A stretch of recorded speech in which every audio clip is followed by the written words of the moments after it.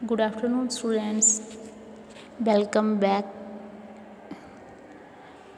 ਆਪਣਾ ਟੌਪਿਕ ਚੱਲ ਰਿਹਾ ਸੀਗਾ ਜੀ ਰਾਊਟਿੰਗ ਐਲਗੋਰਿਥਮਸ ਦਾ, ਜਿਹਦੇ ਵਿੱਚ ਆਪਾਂ ਸਟੈਟਿਕ ਰਾਊਟਿੰਗ ਐਲਗੋਰਿਥਮਸ ਕਰ ਲਏ ਅਤੇ ਹੁਣ ਆਪਣਾ ਨੈਕਸਟ ਟੌਪਿਕ ਹੈ ਡਾਇਨਾਮਿਕ ਰਾਊਟਿੰਗ ਐਲਗੋਰਿਥਮਸ। ਸਟੈਟਿਕ ਅਤੇ ਡਾਇਨਾਮਿਕ ਦੇ ਵਿੱਚ ਕੀ ਫ਼ਰਕ ਹੈ? ਸਟੈਟਿਕ ਰਾਊਟਿੰਗ ਐਲਗੋਰਿਥਮਸ ਦੇ ਵਿੱਚ ਇਹ ਹੁੰਦਾ ਸੀ ਕਿ ਜਦੋਂ ਆਪਾਂ ਸਟਾਰਟਿੰਗ ਨੋਡ ਤੋਂ ਚੱਲੇ ਤਾਂ ਆਪਾਂ ਪਹਿਲੀਆਂ ਦੇ ਵਿੱਚ ਹੀ ਆਪਣਾ ਪੂਰਾ ਪਾਥ ਹੈ ਜਿਹੜਾ ਉਹ ਡਿਫਾਈਨ ਕਰਕੇ ਚੱਲਦੇ ਸੀ ਕਿ ਕਿਸ ਨੋਡ ਦੇ ਥਰੂ ਹੈ ਜਿਹੜਾ ਆਪਾਂ ਚੱਲਾਂਗੇ ਅਤੇ ਆਪਣੇ ਡੈਸਟੀਨੇਸ਼ਨ 'ਤੇ ਪਹੁੰਚਾਂਗੇ। ਮਤਲਬ ਸਟੈਟਿਕ ਦੇ ਵਿੱਚ ਇਹ ਹੈ ਕਿ ਪਹਿਲਾਂ ਤੋਂ ਹੀ ਫਿਕਸ ਹੁੰਦਾ ਸਾਰਾ ਰੂਟ, ਪਹਿਲਾਂ ਤੋਂ ਹੀ ਆਪਾਂ ਜਿੰਨੇ ਪੋਸੀਬਲ ਪਾਥ ਹੁੰਦੇ ਆ ਸਾਰੇ ਵੇਖਦੇ ਹਾਂ ਅਤੇ ਉਹਨਾਂ ਦੇ ਵਿੱਚੋਂ ਸਟਾਰਟਿੰਗ ਨੋਡ ਤੋਂ ਚੱਲਣ ਤੋਂ ਪਹਿਲਾਂ ਹੀ ਆਪਾਂ ਇੱਕ ਪਾਥ ਜਿਹੜਾ ਚੂਜ਼ ਕਰ ਲੈਂਦੇ ਹਾਂ।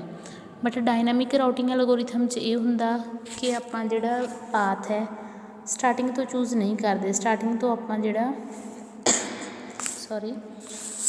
ਆਪਾਂ ਜਿਹੜਾ ਨੋਡ ਤੋਂ ਸਿਰਫ ਉਹਦੇ ਨੇਬਰਸ ਤੱਕ ਜਾਂਦੇ ਹਾਂ। ਅੱਗੇ ਉਹ ਇੱਕ ਸਟੇਜ 'ਤੇ ਪਹੁੰਚਣ ਤੋਂ ਪਹਿਲਾਂ ਨੈਕਸਟ ਆਪਾਂ ਚੈੱਕ ਕਰਦੇ ਹਾਂ ਕਿ ਜਿਹੜਾ ਆਪਾਂ ਨੂੰ ਸ਼ੋਰਟੈਸਟ ਨੇਬਰ ਹੈਗਾ, ਜਿਹੜਾ ਨੇਬਰ ਸਭ ਤੋਂ ਨੇੜੇ ਆ ਉਸ 'ਤੇ ਚੱਲਦੇ ਹਾਂ। ਉਸ ਨੇਬਰ 'ਤੇ ਜਾਂ ਉਸ ਸਟੇਜ 'ਤੇ ਜਾ ਕੇ ਆਪਾਂ ਅੱਗੇ ਚੈੱਕ ਕਰਦੇ ਹਾਂ। ਇਸ ਤਰ੍ਹਾਂ ਨੋਡ ਬਾਈ ਨੋਡ ਆਪਾਂ ਚੈੱਕ ਕਰਦੇ ਜਾਂਦੇ ਹਾਂ ਕਿ ਕਿਹੜਾ ਪਾਥ ਸਾਨੂੰ ਵਧੀਆ ਪਊਗਾ, ਕਿਹੜਾ ਪਾਥ ਸਾਨੂੰ ਸ਼ੋਰਟੈਸਟ ਪਊਗਾ ਅਤੇ ਜਿਹਦੇ ਥਰੂ ਆ ਜਿਹੜਾ ਸਾਨੂੰ ਘੱਟ ਤੋਂ ਘੱਟ ਟਾਈਮ ਲੱਗੂਗਾ ਡੈਸਟੀਨੇਸ਼ਨ 'ਤੇ ਪਹੁੰਚਣ ਦੇ ਲਈ। ਮਤਲਬ ਇਹ ਕਿ ਡਾਇਨਾਮਿਕ ਚੇਂਜ ਹੁੰਦਾ ਰਹਿੰਦਾ ਹਰ ਟਾਈਮ, ਹਰ ਇੱਕ ਸਟੇਜ 'ਤੇ ਜਾ ਕੇ ਹਰ ਇੱਕ ਸਟੈਪ ਆਪਾਂ ਫੋਲੋ ਕਰਕੇ ਹਰ ਇੱਕ ਨੋਡ 'ਤੇ ਜਾ ਕੇ ਅੱਗੇ ਆਪਾਂ ਫਿਰ ਚੈੱਕ ਕਰਦੇ ਹਾਂ ਕਿ ਸਾਨੂੰ ਕਿਹੜਾ ਪੋਸੀਬਲ ਪਾਥ ਹੈਗਾ ਜਿਹਦੇ ਥਰੂ ਆਪਾਂ ਜਾ ਕੇ ਆਪਣਾ ਸ਼ੋਰਟੈਸਟ ਪਾਥ ਹੈ ਜਿਹੜਾ ਫਾਈਂਡ ਆਊਟ ਕਰ ਸਕਦੇ ਹਾਂ। ਇਹਦਾ ਸਭ ਤੋਂ ਪਹਿਲਾ ਐਲਗੋਰਿਥਮ ਹੈਗਾ ਡਿਸਟੈਂਸ ਵੈਕਟਰ ਰਾਊਟਿੰਗ। ਇਹਦੇ ਵਿੱਚ ਕੀ ਹੁੰਦਾ ਕਿ ਹਰ ਇੱਕ ਜਿਹੜੇ ਵੀ ਨੋਡਸ ਆਪਣੇ ਉਹ ਆਪਣੇ ਨੇਬਰਸ ਤੱਕ ਦੇਖਦਾ ਕਿ ਉਹਨੂੰ ਆਪਣੇ ਨੇਬਰਸ ਤੱਕ ਪਹੁੰਚਣ ਲਈ ਜਿੰਨੇ ਵੀ ਨੇਬਰਸ ਨਾਲ ਉਹ ਕਨੈਕਟ ਹੈ ਉਹਨੂੰ ਕਿੰਨਾ ਜਿਹੜਾ ਹੈਗਾ ਰੂਟ ਜਾਂ ਕਿੰਨਾ ਰਸਤਾ ਤੈਅ ਕਰਨਾ ਪਊਗਾ। ਉਹਦੇ ਲਈ ਉਹ ਇੱਕ ਟੇਬਲ ਤਿਆਰ ਕਰਦਾ, ਜਿਸ ਤਰ੍ਹਾਂ ਕਿ ਐਗਜ਼ਾਮਪਲ ਦੇ ਵਿੱਚ ਸ਼ੋ ਹੋ ਰਿਹਾ। ਦੇਖੋ ਇਹਦੇ ਵਿੱਚ ਆਪਣੇ ਕੋਲ 5 ਨੋਡ ਹੈ A B C D ਅਤੇ E। ਇਹ ਜਿਹੜਾ ਨੋਡ ਹੈ ਉਹਨੇ ਆਪਣਾ ਇੱਕ ਟੇਬਲ ਤਿਆਰ ਕੀਤਾ, ਉਹਦੇ ਵਿੱਚ ਆਪਣੇ ਸਾਰੇ ਨੇਬਰਸ ਲਿਖੇ ਅਤੇ ਉਹਨਾਂ ਤੱਕ ਪਹੁੰਚਣ ਲਈ ਕਿੰਨੀ ਕੋਸਟ ਲੱਗਦੀ ਹੈ ਉਹ ਲਿਖੇ। ਦੋ ਆਪਣੇ ਇਹਦੇ ਵਿੱਚ ਕਾਲਮ ਬਣਨਗੇ ਅਤੇ ਉਸ ਤਰ੍ਹਾਂ B ਨੇ ਆਪਣਾ ਇੱਕ ਟੇਬਲ ਤਿਆਰ ਕੀਤਾ, ਆਪਣੇ ਨੇਬਰਸ ਲਿਖੇ ਜਿਨ੍ਹਾਂ ਨਾਲ ਕਨੈਕਟ ਹੈ ਜਾਂ ਜਿਨ੍ਹਾਂ ਨਾਲ ਨਹੀਂ ਵੀ ਕਨੈਕਟ, ਜਿੰਨੇ ਵੀ ਮਤਲਬ ਸਾਰੇ ਆਪਣੇ ਸਿਸਟਮ ਦੇ ਵਿੱਚ ਨੋਡ ਹੈਗੇ ਆ ਉਹਨਾਂ ਦਾ ਨੇਮ ਲਿਖਿਆ। ਜੇਕਰ ਉਹਨਾਂ ਤੱਕ ਉਹ ਡਾਇਰੈਕਟ ਲਿੰਕਡ ਹੈ ਤਾਂ ਉਹਨਾਂ ਤੱਕ ਪਹੁੰਚਣ ਲਈ ਕਿੰਨੀ ਕੋਸਟ ਪੈਂਦੀ ਉਹ ਲਿਖੂਗਾ। ਅਦਰਵਾਈਜ਼ ਕਿਸੇ ਨਾਲ ਕਨੈਕਟ ਨਹੀਂ ਹੈਗਾ ਤਾਂ ਡਾਇਰੈਕਟ, ਤਾਂ ਉਹਦੇ ਵਿੱਚ ਉਹ ਇਨਫਿਨਿਟੀ ਫਿਲ ਕਰ ਦੂਗਾ ਕਿ ਇਹਦੇ ਵਿੱਚ ਡਾਇਰੈਕਟ ਆਪਾਂ ਨੂੰ ਰਸਤਾ ਨਹੀਂ ਪਤਾ। ਜਿਸ ਤਰ੍ਹਾਂ ਜਿਵੇਂ A ਨੇ A ਤੱਕ ਪਹੁੰਚਣਾ ਤਾਂ ਉਹਨੂੰ ਕੋਈ ਪਾਥ ਫੋਲੋ ਨਹੀਂ ਕਰਨਾ ਪਊ, A ਨੇ B ਤੱਕ ਪਹੁੰਚਣਾ ਤਾਂ ਉਹਨੂੰ 5 ਜਿਹੜੀ ਕੋਸਟ ਹੈ ਉਹਦੀ 5 ਪਊਗੀ ਡਾਇਰੈਕਟ। C ਤੱਕ ਜਾਣ ਲਈ 3, D ਤੱਕ ਜਾਣ ਲਈ 4, ਬਟ A ਜਿਹੜਾ E ਨਾਲ ਕਨੈਕਟਡ ਨਹੀਂ ਹੈਗਾ ਡਾਇਰੈਕਟ ਤਾਂ ਉਹਦੇ ਵਿੱਚ ਉਹਦੀ ਕੋਸਟ ਹੈ ਜਿਹੜੀ ਇਨਫਿਨਿਟੀ ਲਿਖੀ ਗਈ ਹੈ। ਇਸੇ ਤਰ੍ਹਾਂ ਹੀ ਮੰਨ ਲਓ ਆਪਾਂ ਐਗਜ਼ਾਮਪਲ ਲਈਏ ਪਹਿਲਾਂ, ਜਿਵੇਂ ਇਹਦੇ ਵਿੱਚ A ਨੇ ਸਭ ਤੱਕ ਪਹੁੰਚਣ ਲਈ ਸ਼ੋਰਟੈਸਟ ਪਾਥ ਲੱਭਣਾ ਸੀ। ਉਹਦੇ ਲਈ A ਨੇ ਜਿਹੜਾ ਆਪਣਾ ਟੇਬਲ ਹੈ C ਨਾਲ ਸ਼ੇਅਰ ਕਰੂਗਾ, ਆਪਣੇ ਨੇਬਰ ਨਾਲ ਆਪਣਾ ਟੇਬਲ ਸ਼ੇਅਰ ਕਰੂਗਾ। ਫਿਰ ਦੋਨੋਂ ਦੇ ਟੇਬਲਸ ਆ ਜਿਹੜੇ ਕੰਪੇਅਰ ਕੀਤੇ ਜਾਣਗੇ, ਇੱਕ ਜਗ੍ਹਾ ਕੰਪੇਅਰ ਕੀਤੇ ਜਾਣਗੇ ਕਿ ਕਿਹਦੇ ਵਿੱਚ ਘੱਟ ਟਾਈਮ ਲੱਗਦਾ ਕਿਹਦੇ ਵਿੱਚ ਜ਼ਿਆਦਾ ਟਾਈਮ ਲੱਗਦਾ, ਅਤੇ ਉਹਨਾਂ ਨੂੰ ਜਿਹੜਾ ਕੰਬਾਈਨ ਕਰਕੇ ਇੱਕ ਨਿਊ ਟੇਬਲ ਹੈ ਜਿਹੜਾ ਹਰ ਵਾਰ ਤਿਆਰ ਕੀਤਾ ਜਾਊਗਾ। ਇਹਦੇ ਵਿੱਚ ਜਿਹੜਾ ਆਪਾਂ ਟੇਬਲ ਬਣਾਊਗਾ, ਕੋਈ ਵੀ ਨੋਡ ਹੈ ਟੇਬਲ ਬਣਾਊਗਾ, ਉਹਨੂੰ ਆਪਾਂ ਕਹਾਂਗੇ ਪੀਰੀਓਡਿਕ ਅਪਡੇਟ, ਕਿਉਂਕਿ ਟੇਬਲ ਹਰ ਵਾਰ ਅਪਡੇਟ ਹੁੰਦਾ ਰਹਿੰਦਾ। ਜਦੋਂ ਮੰਨ ਲਓ ਪਹਿਲਾਂ A ਹੈ, A ਨੂੰ ਸਭ ਤੋਂ ਸ਼ੋਰਟੈਸਟ C ਪਿਆ, C ਤੱਕ ਜਾਊਗਾ ਤਾਂ C ਕੋਲ ਜਾ ਕੇ ਉਹ A ਅਤੇ C ਦਾ ਟੇਬਲ ਕੰਪੇਅਰ ਕੀਤਾ ਜਾਊਗਾ, ਦੋਨਾਂ ਨੂੰ ਕੰਬਾਈਨ ਕੀਤਾ ਜਾਊਗਾ, ਇੱਕ ਨਵਾਂ ਟੇਬਲ ਬਣਾਇਆ ਜਾਊਗਾ।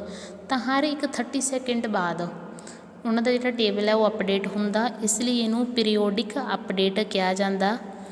ਅ node send its 2 column routing table its neighbour. ਦੇਖੋ ਉਹ ਆਪਣਾ ਜਿਹੜਾ 2 ਕਾਲਮ ਦਾ ਟੇਬਲ ਹੈ ਆਪਦੇ ਨੇਬਰ ਨਾਲ ਸ਼ੇਅਰ ਕਰਦਾ, ਹਰ ਟਾਈਮ ਸ਼ੇਅਰ ਕਰਦਾ ਰਹਿੰਦਾ, ਤਾਂ ਉਹਦੇ ਵਿੱਚ ਕੁਛ ਨਾ ਕੁਛ ਚੇਂਜਸ ਹੁੰਦੇ ਰਹਿੰਦੇ ਆ। ਤਾਂ ਜਿਹੜੀ ਚੇਂਜਸ ਹੁੰਦੇ ਆ ਉਹਨਾਂ ਨੂੰ ਕਹਿੰਦੇ ਆ ਟ੍ਰਿਗਰਡ ਅਪਡੇਟ, ਕਿ ਹਰ ਵਾਰ ਉਹ ਆਪਣੇ ਨੇਬਰ ਨਾਲ ਟੇਬਲ ਸ਼ੇਅਰ ਕਰਦਾ, ਨੇਬਰ ਨਾਲ ਫਿਰ ਕੰਬਾਈਨ ਕੀਤਾ ਜਾਂਦਾ। ਜੇਕਰ ਜਿਵੇਂ ਇਹਦੇ ਵਿੱਚ ਐਗਜ਼ਾਮਪਲ ਸੀ A ਹੈ ਜਿਹੜਾ C ਤੱਕ E ਤੱਕ ਨਹੀਂ ਪਹੁੰਚ ਸਕਦਾ ਸੀ, ਬਟ E ਹੈ ਜਿਹੜਾ C ਨਾਲ ਕਨੈਕਟਡ ਹੈ, ਤਾਂ A ਤੋਂ E ਤੱਕ ਜਾਣ ਲਈ ਆਪਾਂ ਨੂੰ ਇੱਕ ਪਾਥ ਮਿਲ ਗਿਆ C ਦੇ ਥਰੂ। ਤਾਂ A ਅਤੇ E ਜਿਹੜਾ C ਦਾ ਟੇਬਲ ਆ ਦੋਨੋਂ ਕੰਪੇਅਰ ਕੀਤਾ ਜਾਊਗਾ, ਉਹਨਾਂ ਨੂੰ ਕੰਬਾਈਨ ਕੀਤਾ ਜਾਊਗਾ ਅਤੇ ਇੱਕ ਨਵਾਂ ਜਿਹੜਾ ਟੇਬਲ ਹੈ ਬਣਾਇਆ ਜਾਊਗਾ। ਮੈਂ ਅੱਗੇ ਇਸ ਐਗਜ਼ਾਮਪਲ ਦੇ ਵਿੱਚ ਦਿੱਤਾ, ਦੇਖੋ ਏ ਦਾ ਟੇਬਲ ਲਿਖ ਲਿਆ ਉਹਨਾਂ ਨੇ, ਏ ਨੇ ਜੇ ਮੰਨ ਲਓ ਸੀ ਦਾ ਟੇਬਲ ਲਿਆ ਸੌਰੀ ਸੀ ਨੇ ਏ ਤੱਕ ਜਾਣ ਲਈ ਕੋਸਟ 3 ਪੈਂਦੀ ਹੈ, ਬੀ ਤੱਕ ਜਾਣ ਲਈ 4 ਪੈਂਦੀ ਹੈ, ਸੀ ਤੱਕ ਜਾਣ ਲਈ ਕੋਈ ਕੋਸਟ ਨਹੀਂ ਪੈਂਦੀ, ਡੀ ਤੱਕ ਜਾਣ ਲਈ 2 ਕੋਸਟ ਪੈਂਦੀ ਹੈ, ਈ ਤੱਕ ਜਾਣ ਲਈ 4 ਕੋਸਟ ਪੈਂਦੀ ਹੈ। ਤਾਂ ਫਿਰ ਏ ਅਤੇ ਜਿਹੜਾ ਏ ਦਾ ਟੇਬਲ ਹੈ ਅਤੇ ਸੀ ਦਾ ਟੇਬਲ ਹੈ ਉਹਨਾਂ ਨੂੰ ਕੰਬਾਈਨ ਕੀਤਾ ਗਿਆ। ਮੰਨ ਲਓ ਇਹਦੇ ਵਿੱਚ ਦੇਖੋ ਸਾਰਿਆਂ ਦਾ ਬੀ ਤੱਕ ਜਾਣ ਲਈ, ਜਿਵੇਂ ਪਹਿਲਾਂ ਏ ਤੋਂ ਬੀ ਤੱਕ ਜਾਣ ਲਈ 5 ਕੋਸਟ ਪੈਂਦੀ ਸੀ, ਹੁਣ ਜੇਕਰ ਸੀ ਦੇ ਥਰੂ ਜਾਊਗਾ ਤਾਂ 7 ਉਹਦੀ ਕੋਸਟ ਹੋਊਗੀ। ਸੀ ਤੱਕ ਜਾਣ ਲਈ ਇਹਨੂੰ 3 ਕੋਸਟ ਹੀ ਦੇਣੀ ਪਊਗੀ। ਡੀ ਤੱਕ ਜਾਣ ਲਈ ਜਿਹੜੀ ਪਹਿਲਾਂ 4 ਕੋਸਟ ਸੀਗੀ ਤਾਂ ਸੀ ਦੇ ਥਰੂ ਹੈ ਜਿਹੜੀ ਕੋਸਟ 5 ਹੋਊਗੀ। ਈ ਤੱਕ ਜਾਣ ਲਈ ਪਹਿਲਾਂ ਕੋਸਟ ਸੀਗੀ ਜਿਹੜੀ ਕੋਈ ਹੈ ਨਹੀਂ ਸੀ ਤਾਂ ਆਪਾਂ ਇਨਫਿਨਿਟੀ ਲਿਖਦੇ ਸੀ, ਹੁਣ ਤੱਕ ਸੀ ਦੇ ਥਰੂ ਜਾਣ ਲਈ ਉਹਦੀ ਕੋਸਟ ਹੈ ਜਿਹੜੀ 7 ਹੋਊਗੀ। ਇਹ ਇੱਕ ਨਵਾਂ ਮੋਡੀਫਾਈਡ ਟੇਬਲ ਬਣ ਗਿਆ ਜਿਹਦੇ ਵਿੱਚ ਆਪਾਂ ਸੀ ਤੋਂ ਵੈਲਿਊਜ਼ ਲੈ ਕੇ ਜਿਹੜਾ ਨਵਾਂ ਏ ਨੇ ਆਪਣਾ ਟੇਬਲ ਮੋਡੀਫਾਈ ਕੀਤਾ।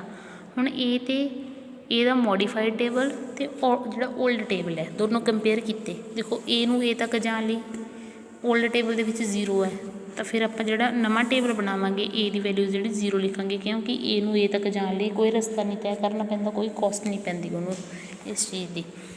ਫਿਰ ਹੈਗਾ ਜਿਹੜਾ ਏ ਤੋਂ ਬੀ ਤੱਕ ਜਾਣ ਲਈ ਮੋਡੀਫਾਈਡ ਟੇਬਲ ਦੇ ਵਿੱਚ ਕੋਸਟ 7 ਪੈ ਰਹੀ ਹੈ ਅਤੇ ਓਲਡ ਟੇਬਲ ਦੇ ਵਿੱਚ 5 ਪੈ ਰਹੀ ਹੈ, ਤਾਂ ਕਰਕੇ ਜਿਹੜਾ ਆਪਾਂ ਓਲਡ ਟੇਬਲ ਦੀ ਵੈਲਿਊ ਚੱਕਾਂਗੇ। ਏ ਨੂੰ ਸੀ ਤੱਕ ਜਾਣ ਲਈ ਮੋਡੀਫਾਈਡ ਟੇਬਲ ਦੇ ਵਿੱਚ ਵੀ 3 ਪੈ ਰਹੀ ਹੈ ਕੋਸਟ ਅਤੇ ਓਲਡ ਟੇਬਲ ਦੇ ਵਿੱਚ 3 ਸੀਗੀ ਤਾਂ ਆਪਾਂ 3 ਹੀ ਲਿਖਾਂਗੇ। ਅਤੇ ਡੀ ਤੱਕ ਪਹੁੰਚਣ ਲਈ ਮੋਡੀਫਾਈਡ ਟੇਬਲ ਦੀ ਵੈਲਿਊ ਹੈ ਜਿਹੜੀ 5 ਹੈ ਅਤੇ ਅੱਗੇ ਜਿਹੜੀ ਉਹਦੀ ਵੈਲਿਊ ਹੈਗੀ ਓਲਡ ਟੇਬਲ ਦੇ ਵਿੱਚ 4 ਹੈ ਤਾਂ ਆਪਾਂ 4 ਲਵਾਂਗੇ। ਮਤਲਬ ਕਿ ਇਸ ਤਰ੍ਹਾਂ ਕੰਪੇਅਰ ਕਰਕੇ ਜਿਹੜੀ ਸ਼ੋਰਟੈਸਟ ਵੈਲਿਊ ਉਹ ਆਪਾਂ ਨਵੇਂ ਟੇਬਲ ਦੇ ਵਿੱਚ ਐਡ ਕਰਦੇ ਜਾਵਾਂਗੇ ਅਤੇ ਪੁਰਾਣੇ ਟੇਬਲ ਦੇ ਵਿੱਚ ਨਹੀਂ ਕਰਾਂਗੇ। ਅਤੇ ਫਿਰ ਜਿਹੜਾ ਥਰਡ ਕੋਲਮ ਉਹਦੇ ਵਿੱਚ ਇਹ ਲਿਖਿਆ ਗਿਆ ਕਿ ਕਿਸ ਨੋਡ ਦੇ ਥਰੂ ਤੁਸੀਂ ਜਾ ਰਹੇ ਹੋ। ਜਿਵੇਂ ਏ ਤੋਂ ਈ ਕਨੈਕਟ ਨਹੀਂ ਸੀ, ਆਪਾਂ ਸੀ ਦੇ ਥਰੂ ਜਾ ਰਹੇ ਸੀ, ਤਾਂ ਫਿਰ ਥਰਡ ਕੋਲਮ ਦੇ ਵਿੱਚ ਉਹਨਾਂ ਨੇ ਸੀ ਮੈਂਸ਼ਨ ਕਰਤਾ ਕਿ ਏ ਤੋਂ ਸੀ ਦੇ ਥਰੂ ਅਸੀਂ ਈ ਤੱਕ ਜਾਵਾਂਗੇ ਅਤੇ ਸਾਨੂੰ ਕੋਸਟ ਇੰਨੀ ਪਊਗੀ। ਅੱਗੇ ਇਹਦੀਆਂ ਹੈਗੀਆਂ ਜੀ ਕੁਛ ਕੁ ਡਰੋਬੈਕਸ ਨੇ। ਦੇਖੋ ਹਰ ਇੱਕ ਐਲਗੋਰਿਥਮ ਦੀ ਕੁਛ ਨਾ ਕੁਛ ਡਰੋਬੈਕਸ ਹੈ, ਫਿਰ ਹੀ ਆਪਾਂ ਨਵਾਂ ਜਿਹੜਾ ਲੈ ਕੇ ਆਉਂਦੇ ਰਹੇ ਹਰ ਵਾਰ ਨਵਾਂ ਐਲਗੋਰਿਥਮ। ਡਰੋਬੈਕ ਇਹਦੀ ਹੈਗੀ ਹੈ distance vector routing algorithm does not work well if there are changes in the topology of network. ਕਿ ਜੇਕਰ ਨੈਟਵਰਕ ਦੀ ਟੋਪੋਲੋਜੀ ਚੇਂਜ ਹੋ ਜੇ, ਕਿਸੇ ਟਾਈਮ 'ਤੇ ਆ ਕੇ ਆਪਾਂ ਨੂੰ ਟੋਪੋਲੋਜੀ ਚੇਂਜ ਕਰਨੀ ਪੈ ਜੇ, ਉਸ ਟਾਈਮ 'ਤੇ ਜਿਹੜਾ ਆਪਣਾ ਇਹ ਐਲਗੋਰਿਥਮ ਹੈ ਰਾਊਟਿੰਗ ਐਲਗੋਰਿਥਮ ਹੈ ਇਹ ਵਰਕ ਨਹੀਂ ਕਰੂਗਾ। ਉਸ ਟਾਈਮ 'ਤੇ ਆਪਾਂ ਨੂੰ ਇਹਦੇ ਵਿੱਚ ਪ੍ਰੋਬਲਮ ਕ੍ਰੀਏਟ ਹੋ ਜੂਗੀ। ਇਸ ਲਈ ਆਪਾਂ ਨੂੰ ਇਸ ਪ੍ਰੋਬਲਮ ਨੂੰ ਆਪਾਂ ਕਾਊਂਟ ਟੂ ਇਨਫਿਨਿਟੀ ਕਹਦੇ ਹਾਂ ਇਸ ਪ੍ਰੋਬਲਮ